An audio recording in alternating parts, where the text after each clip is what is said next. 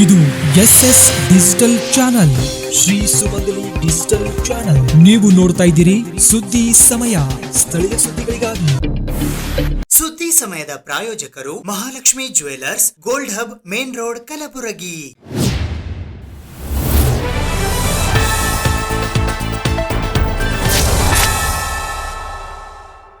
ಸುದ್ದಿ ಸಮಯಕ್ಕೆ ಸ್ವಾಗತ. ನಾನು RJ ಮಂಜು ಹಿರೋಳಿ.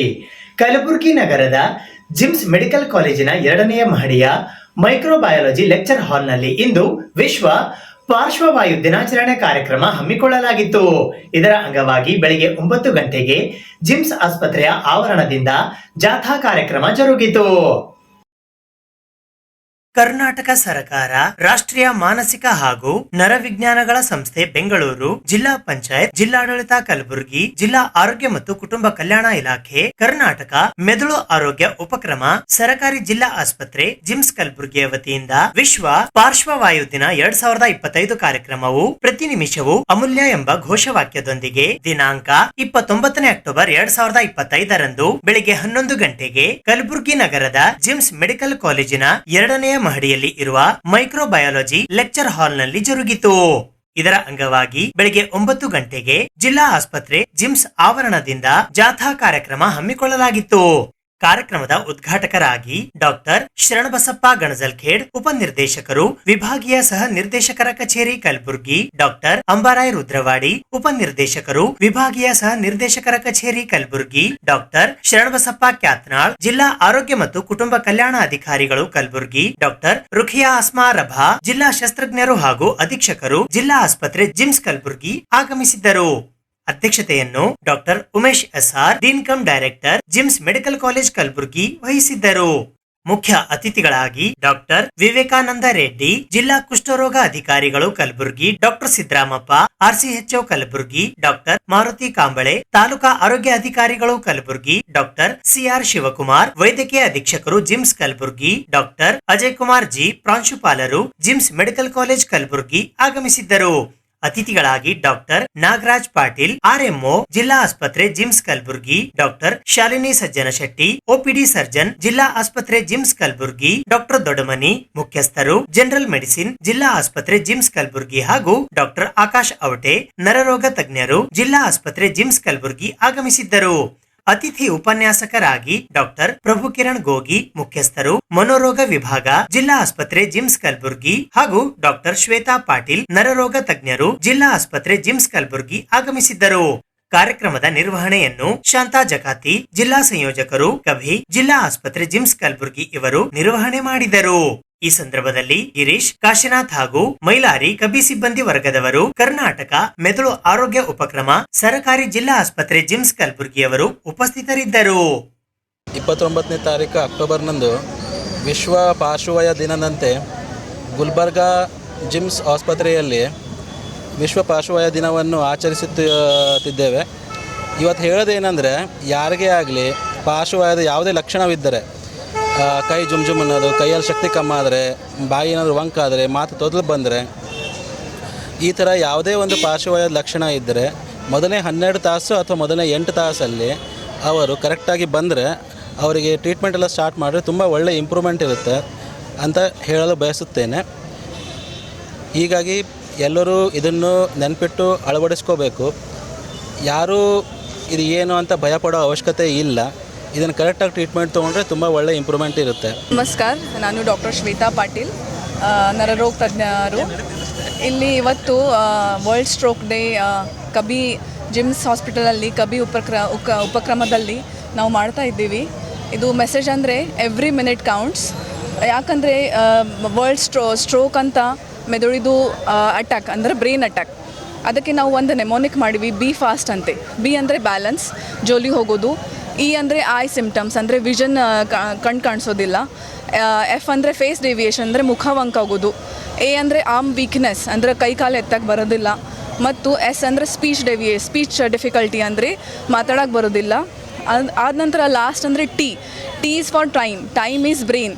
ಯಾಕಂದರೆ ಎವ್ರಿ ಸೆಕೆಂಡ್ 1 ಮಿಲಿಯನ್ ನರಗಳು ನಾಶ ಆಗುತ್ತೆ. ಅದಕ್ಕೆ ಜನರಿಗೆ ಇದೇ ಮೆಸೇಜ್ ಕೊಡ್ತೀನಿ, ಎವ್ರಿ ಮಿನಿಟ್ ಕೌಂಟ್ಸ್. ಸೊ ಆದಷ್ಟು ಬೇಗ ಪೇಷಂಟ್ ಅವರಿಗೆ ಹಾಸ್ಪಿಟಲಲ್ಲಿ ಕರ್ಕೊಂಡು ಬರಬೇಕು ಮತ್ತು ಉಪಚಾರ ಮಾಡಿಸಬೇಕು. ಧನ್ಯವಾದ. ತಮಗೆಲ್ಲ ತಿಳಿದ ಹಾಗೆ 29 ಅಕ್ಟೋಬರ್ ದಿನದಂದು ನಾವು ವಿಶ್ವ ಪಾರ್ಶ್ವ ದಿನ ಅಂತೇಳಿ ಆಚರಿಸ್ತೀವಿ. ಇದರ ಸದುದ್ದೇಶ ಏನಂದರೆ ಇತ್ತಿತ್ತಲಾಗಿ ಹಾರ್ಟ್ ಕಾಯಿಲೆ ಜೊತೆ ಪಾರ್ಶ್ವವಾಯುನೂ ಜಾಸ್ತಿ ಆಗ್ತಾಯಿದೆ. ಅದು ಯಂಗ್ ಇದ್ದವ್ರಿಗೆ ಅಂದರೆ ಯುವಕರಲ್ಲಿನೂ ಶುರುವಾಗಿದೆ. ಇದಕ್ಕೆ ಕಾರಣಗಳು ಹಲವಾರು ಇದ್ದಾವೆ. ಆದರೆ ಟ್ರೀಟ್ಮೆಂಟ್ ಈಗಿನ ಕಾಲದಲ್ಲಿ ಎಲ್ರಿಗೂ ಸಿಗ್ತಾ ಇದೆ. ಅದು ಬೇಗ ಬಂದರೆ first 6 hours is called as golden hours. ಅಂದರೆ ಎಷ್ಟು ಬೇಗ ಆಸ್ಪತ್ರೆ ಬರ್ತೀರಿ ಅಷ್ಟು ಬೇಗ ಗುಣಮುಖ ಆಗೋ ಚಾನ್ಸ್ ಜಾಸ್ತಿ ಇರುತ್ತೆ.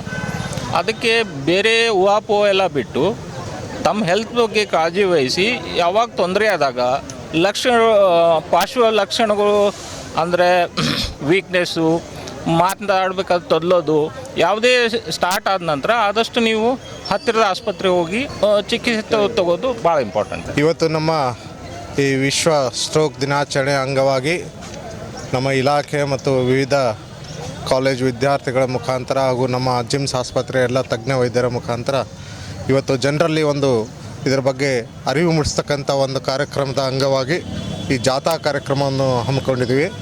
ಇದರ ಮುಖ್ಯ ಉದ್ದೇಶ ಏನಂದರೆ ಈ ಸ್ಟ್ರೋಕ್ ಅಥವಾ ಲಕ್ವಾ ಅಂತ ಏನು ಹೇಳ್ತೀವಿ, ಜನಸಾಮಾನ್ಯರಿಗೆ ಕರ್ತಕ್ಕಂಥ ಈ ಲಕ್ವಾ ಇಂಥ ಒಂದು ಇದಕ್ಕೆ ಭಾಳ ಸೂಕ್ತವಾದ ಚಿಕಿತ್ಸೆ ಇದೆ. ಈಗಾಗಲೇ ನಮ್ಮ ತಜ್ಞ ವೈದ್ಯರು ಹೇಳ್ದಂಗೆ ಆ ಒಂದು ಗೋಲ್ಡನ್ ಅವರಲ್ಲಿ ಬಂದು ರೋಗಿಗಳು ಚಿಕಿತ್ಸೆ ಪಡೆದರೆ ಯಾರಿಗೂ ಈ ತೊಂದರೆಯಿಂದ ಅವರು ಸಂಪೂರ್ಣವಾಗಿ ಹೊರಗೆ ಬರ್ಬೋದು.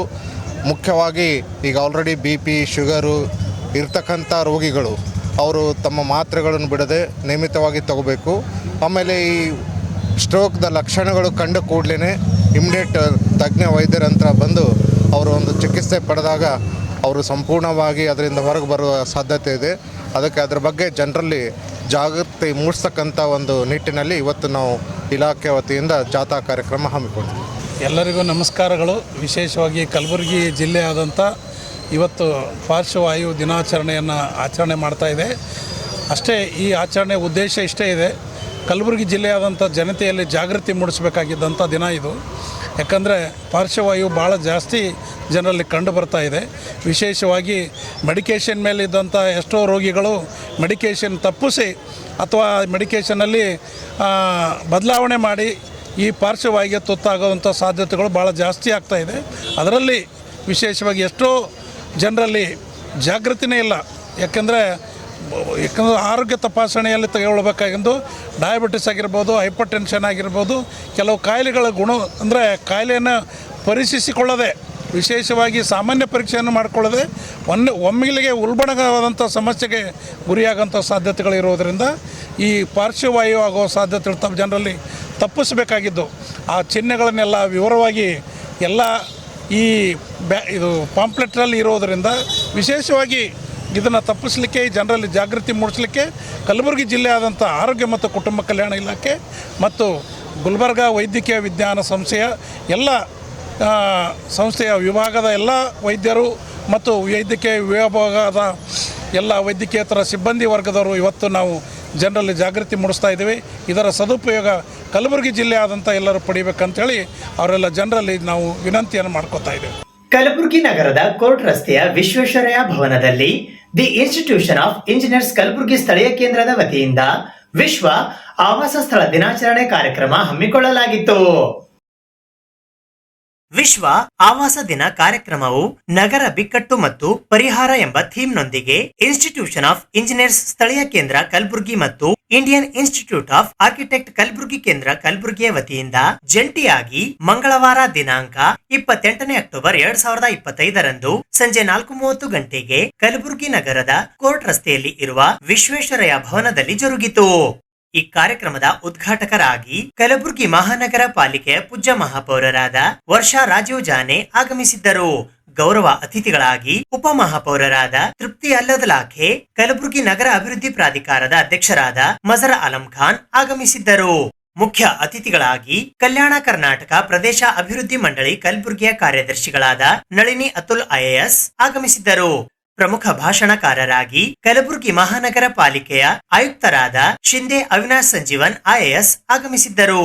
ಕಲಬುರಗಿಯ ಸೂಪರ್ ಮಾರ್ಕೆಟ್ನ ಪಾರ್ಕಿಂಗ್ ಸಮಸ್ಯೆಗಳ ಕುರಿತು ಡಲ್ಟ್ನ ಸಹಾಯಕ ಸಾರಿಗೆ ಯೋಜಕರಾದ ಆರ್ಕಿಟೆಕ್ಟ್ ದೀಪಾ ಶರ್ಮಾ, ಪಿಡಿಎಸ್ಎಸ್ ವಾಸ್ತುಶಿಲ್ಪ ಶಾಲೆಯ ಸಹಾಯಕ ಪ್ರಾಧ್ಯಾಪಕರಾದ ಆರ್ಕಿಟೆಕ್ಟ್ ರೇಷ್ಮಾ ಪ್ರವೀಣ್ ಹಾಗೂ ಶರಣಬಸವ ವಿಶ್ವವಿದ್ಯಾಲಯದ ಎಫ್ಒಎ ಆರ್ಕಿಟೆಕ್ಟ್ ಅದಿತಿ ಪಾಟೀಲ್ ಮತ್ತು ಆರ್ಕಿಟೆಕ್ಟ್ ಕೇದಾರ್ ಕಿಣಗಿ ಇವರು ಪ್ರೆಸೆಂಟೇಷನ್ ಪ್ರಸ್ತುತಪಡಿಸಿದರು. ಸರ್ ಎಂ ವಿಶ್ವೇಶ್ವರಯ್ಯನವರ ಮೂರ್ತಿಗೆ ಮಾಲಾರ್ಪಣೆ ಮಾಡುವ ಮೂಲಕ ಕಾರ್ಯಕ್ರಮ ಪ್ರಾರಂಭಗೊಂಡಿತು.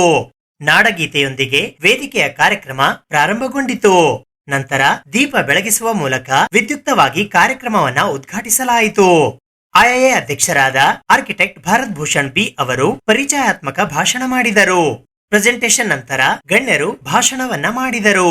ಐಐಎ ಅಧ್ಯಕ್ಷರಾದ ಶ್ರೀಧರ್ ಪಾಂಡೆ ಅವರು ಅಧ್ಯಕ್ಷೆಯ ಭಾಷಣವನ್ನು ಮಾಡಿದರು. ನಂತರ ಎಲ್ಲಾ ಸಂಸ್ಥೆಗಳ ಮುಖ್ಯಸ್ಥರಿಗೆ ಗಣ್ಯರಿಂದ ಸನ್ಮಾನ ಮತ್ತು ಪ್ರಮಾಣ ಪತ್ರಗಳ ಹಸ್ತಾಂತರ ನಡೆಯಿತು. ಕಾರ್ಯಕ್ರಮದ ಕೊನೆಯಲ್ಲಿ ಕಾರ್ಯದರ್ಶಿಗಳಾದ ಸೀತಾರಾಮ್ ಮಣ್ಣೂರ್ ಅವರು ವಂದನಾರ್ಪಣೆ ಮಾಡಿದರು.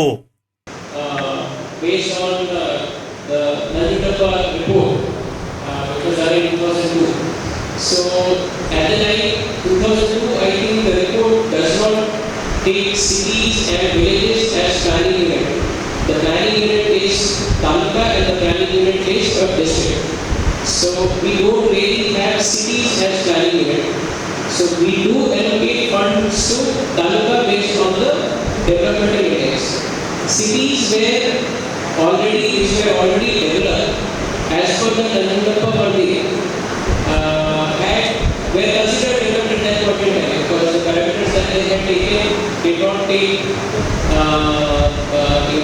the urban nature was considered as reflection of development in that space. So there was not much of it was not touched at undertaker. So not much of funding was supposed to be given for this area. So accordingly, but when the CJX was developed by KKIDB for cities specifically, a weightage was given at the time of funding.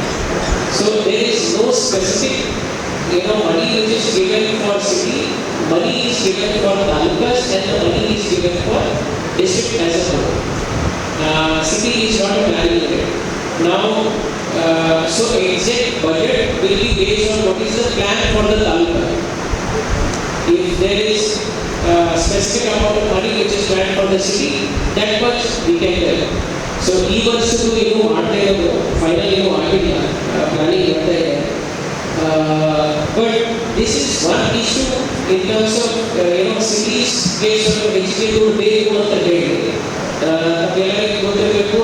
ಎರಡು ಸತಿ ಗೋವಿಂದರಾವ್ ಹೋಗಿದ್ದಾರೆ.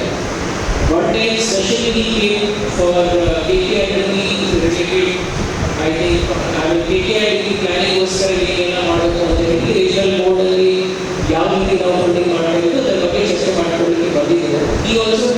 He has also expressed and then give us the report so that we can construct the road there, right? So whatever the fund being allotted to that particular area, if the road is constructed out there, they dig for the installation of the pipe for the water supply. So what we are doing, what we have asked the water department is to give us the list depending upon their priorities. Once they finish the work, we'll do the work so that the road remains untouched. And then we are working on the we are planning, actually I have a plan for the zero waste management thing. Hope I'll accomplish it until I finish my term, and then that's it. ನಮಸ್ಕಾರ, ನಾನು doctor Shridhar Pande ಅಂತ, chairman the institution of engineers India Kalaburagi local centre. ನಾವು institution of engineers India IEI ಮತ್ತು Indian institute of architects ಇಬ್ಬರು ಕೂಡಿ ಒಂದು world habitat day ಅಂತ ಆಚರಿಸಲಿಕ್ಕೆ ಪ್ರಯತ್ನ ಮಾಡಿದ್ದೀವಿ. ಇದರಲ್ಲಿ ನಾವು ನಮ್ಮ ಸ್ಥಾನೀಯ ಲೋಕಲ್ ಕಲಬುರಗಿಯ ಏನೇನು ಪ್ರಾಬ್ಲಮ್ಸ್ ಇದೆ, ರೋಡಿನ ಪ್ರಾಬ್ಲಮ್ಮು, ಟ್ರಾಫಿಕ್ ಸಮಸ್ಯೆ ಮತ್ತು ಅರ್ಬನೈಸೇಷನ್ ಪ್ರಾಬ್ಲಮ್ಮು, ಇದರಲ್ಲಿ ನಮ್ಮಲ್ಲಿ ಏನೇನು ಡ್ರೈನೇಜು, ವಾಟರ್ ಸಪ್ಲೈ ಎಲ್ಲ ಪ್ರಾಬ್ಲಮ್ಸನ್ನು ಡಿಸ್ಕಷನ್ ಮಾಡಬೇಕು ಅಂತ ಎಲ್ಲ ನಮ್ಮ ಗುಲ್ಬರ್ಗ ಕಲಬುರಗಿ ಜಿಲ್ಲೆಯ ಉಪ ಮಹಾಪೌರರು ಎಲ್ಲರಿಗೆ ಕರೆಸಿದ್ವಿ. ನಮ್ಮ KKRDB ಸೆಕ್ರೆಟರಿ ಆದಂಥ ಶ್ರೀ ನಳಿನ್ ಅತುಲ್ ಅವರು ಬಂದು ಭಾಳ ಒಳ್ಳೆಯ ಉದ್ದೇಶಿಸಿ ಮಾತಾಡಿಸಿದರು. ಕೆಲವೊಂದು ಪ್ರಶ್ನೆಗೆ ಎಲ್ಲ ಉತ್ತರ ಕೊಟ್ಟರು. ಈ ಥರವಾಗಿ ನಮ್ಮ ಒಳ್ಳೆಯ ಕಾರ್ಯಕ್ರಮ ಆಗಿ ವರ್ಲ್ಡ್ ಹ್ಯಾಬಿಟ್ಯಾಟ್ ಡೇಯನ್ನು ಆಚರಿಸಲಾಯಿತು. ಉಪಮೇಯರರು ಹೇಳಿದರು, ನಾವು ರೋಡ್ ಸಮಸ್ಯೆ ಯಾಕೆ ಆಗ್ತಾ ಇದೆ ಅಂತಂದರೆ L&Tದವ್ರದ್ದು 24/7 ಸ್ಕೀಮ್ ಬರ್ತಾ ಇದೆ, ವಾಟರ್ ಸಪ್ಲೈ ಸ್ಕೀಮು ಅವರು ಮಾಡ್ತಾ ಇದ್ದಾರಂತೆ. ಅವರು ಒಂದು ಏರಿಯಾ ಲೊಕ್ಯಾಲಿಟಿಗೆ ಕಂಪ್ಲೀಟ್ ಸ್ಕೀಮ್ ಇಂಪ್ಲಿಮೆಂಟ್ ಮಾಡಿದ ಮೇಲೆ ಅವರು ಅದನ್ನು ರಿಪೋರ್ಟ್ ಕೊಡಬೇಕು. ರಿಪೋರ್ಟ್ ಕೊಟ್ಟ ಮೇಲೆ ಆ ರಿಪೋರ್ಟ್ ಕೊಟ್ಟ ನಂತರ ಆಮೇಲೆ ಅವರು ರೋಡ್ ವರ್ಕ್ ಅಂಡರ್ಟೇಕನ್ ಮಾಡ್ತೀವಿ ಅಂತ ಹೇಳಿದರು. ಅವರು ಅಲ್ಲಿವರೆಗೆ ನಮಗೆ ಮಾಡಲಿಕ್ಕೆ ಬರೋದಿಲ್ಲ, ಸೊ ಅಲ್ಲಿವರೆಗೆ ನಿಮಗೆ ತೊಂದರೆ ಉಂಟಾಗ್ಬೋದು ಅಂತ ಹೇಳಿದರು. ಅದು ಒಂದು ಫುಲ್ ಕಂಪ್ಲೀಟ್ ಅವರಿಂದ ವರ್ಕ್ ಕಂಪ್ಲೀಷನ್ ಸರ್ಟಿಫಿಕೇಟ್ ಅಥವಾ ಅಂಡರ್ಟೇಕಿಂಗ್ ಬರಬೇಕು. ಆವಾಗ ಇವರು ಅದಕ್ಕೆ ಮುಂದೆ ರೋಡ್ ಡೆವಲಪ್ಮೆಂಟ್ ವರ್ಕ್ ತಗೋತೀನಿ ಅಂತ ಹೇಳಿದರು. ನಾನು ಈ ಗೌರ್ಮೆಂಟಿಗೆ ಒಂದೇ ಕೇಳೋದಂದರೆ, ಒಂದು 30 ಫೀಟ್ ರೋಡು ಮಾಡಿದರೆ once for all along the road 30 feet ಎಡ್ಜಿಗೆ ಅವರು ಒಂದು ಸೈಡು ವಾಟರ್ ಸಪ್ಲೈ ಪೈಪಿಂಗು, ಇನ್ನೊಂದು ಸೈಡು ಡ್ರೈನೇಜ್ ಸಪ್ಲೈ ಪೈಪಿಂಗ್ ಮಾಡಿ, ಪ್ಲಸ್ ಎಲೆಕ್ಟ್ರಿಫಿಕೇಷನ್ ಕಂಬ ಪೋಲ್ ನೆಟ್ಟೋದು ಎಲ್ಲ ಮಾಡೋದು. ಎಟ್ ಎ ಟೈಮ್ ಯಾವ ಹೊಸ ಲೇಔಟ್ ಮಾಡಿದ್ರು ಫಸ್ಟ್ 30 ಫೀಟ್ ರೋಡಲ್ಲಿ ಎಡ್ಜಿಗೆ ಹಾಕ್ಕೊಂಡ್ಬಿಟ್ರೆ ಎನ್ಕ್ರೋಚ್ಮೆಂಟ್ ಪ್ರಾಬ್ಲಮ್ಮು ಬರೋದಿಲ್ಲ. ಆಮೇಲೆ ಎನ್ಕ್ರೋಚ್ಮೆಂಟ್ ಬರಲಿಲ್ಲ ಅಂದರೆ ಮುಂದೆ ತಾನೇ ರೋಡ್ ಸ್ಟ್ರೇಟ್ ಆಗಿರುತ್ತೆ. ಪ್ಲಸ್ ನಡು ಯಾವುದು ಒಳಚರಂಡಿ ಚೇಂಬರ್ಸು, ವಾಟರ್ ಡ್ರೈನೇಜ್ ಚೇಂಬರ್ಸ್ ಎಲ್ಲ ಬರೋದಕ್ಕೆ ಸಾಧ್ಯನೇ ಇರೋದಿಲ್ಲ ಅಂತ ಅದು ಒಂದು ನೋಡ್ಕೊಳ್ಳಿಕ್ಕೆ ನಾನು ರಿಕ್ವೆಸ್ಟ್ ಮಾಡ್ತೀನಿ. ಸುದ್ದಿ ಇನ್ನು ಇವೆ, ಸದ್ಯಕ್ಕೆ ಬ್ರೇಕ್. ಇದು SS ಡಿಜಿಟಲ್ ಚಾನಲ್, ಶ್ರೀ ಸುಮಂಗಲಿ ಡಿಜಿಟಲ್ ಚಾನಲ್. ನೀವು ನೋಡ್ತಾ ಇದ್ದೀರಿ ಸುದ್ದಿ ಸಮಯ, ಸ್ಥಳೀಯ ಸುದ್ದಿಗಳಿಗಾಗಿ. ಸುದ್ದಿ ಸಮಯದ ಪ್ರಾಯೋಜಕರು Mahalakshmi jewellers, gold hub, main road, Kalaburagi.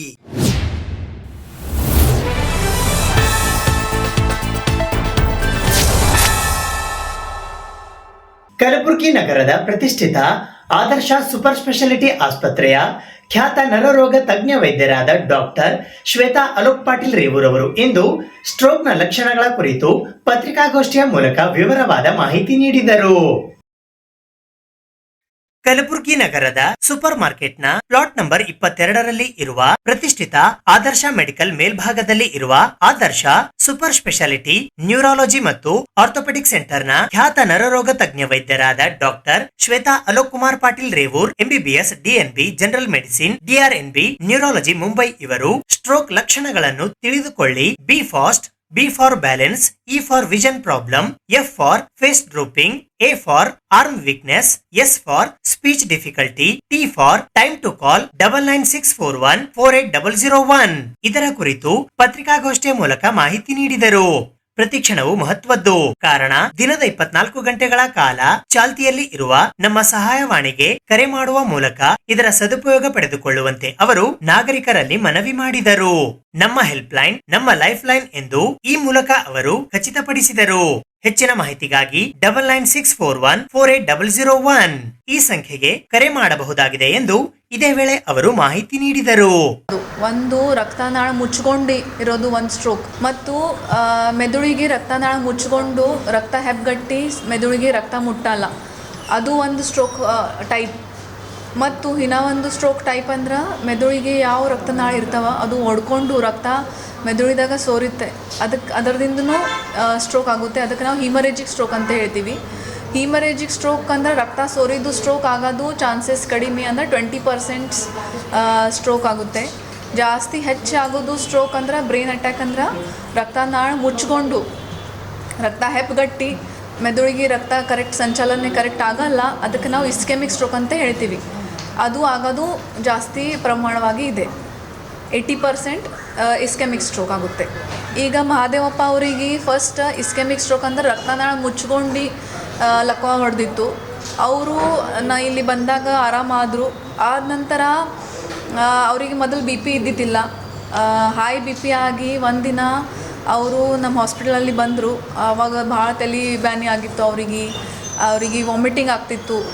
ಮತ್ತು ಹಾಗಾಗಿ ಎಲ್ಲ ಎಕ್ಸಾಮಿನೇಷನ್ ಮಾಡಿ CT ಸ್ಕ್ಯಾನ್ ಮಾಡಿ MRI ಮಾಡಿಸಿ ಅವರಿಗೆ ಹಿಮರೇಜಿಕ್ ಸ್ಟ್ರೋಕ್ ಆಗಿತ್ತು. ಆವಾಗ ಆದ ನಂತರ ಅದನ್ನು ನಾವು ಆಪ್ರೇಷನ್ ಮಾಡಿ ಅವರಿಗೆ ಪೂರ್ತಿ ರಿಕವರ್ ಮಾಡೀವಿ. ಈಗ ಅವರು ನಿಮ್ಮ ಮುಂದೆ ಅದಾರ.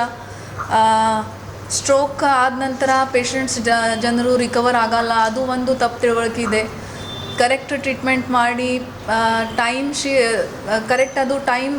ಕರೆಕ್ಟ್ ಟೈಮಲ್ಲಿ ನೀವು ಹಾಸ್ಪಿಟಲ್ಗೆ ಬಂದಿರಿ ಅಂದ್ರೆ ಟ್ರೀಟ್ಮೆಂಟ್ ಕರೆಕ್ಟ್ ಮಾಡಿ ಆದ ನಂತರ ಪೇಷಂಟ್ ಪೂರ್ತಿ ನಾರ್ಮಲ್ ಮೊದಲಿನ ಹಂಗೆ ನಾರ್ಮಲ್ ಆಗ್ಬೋದು.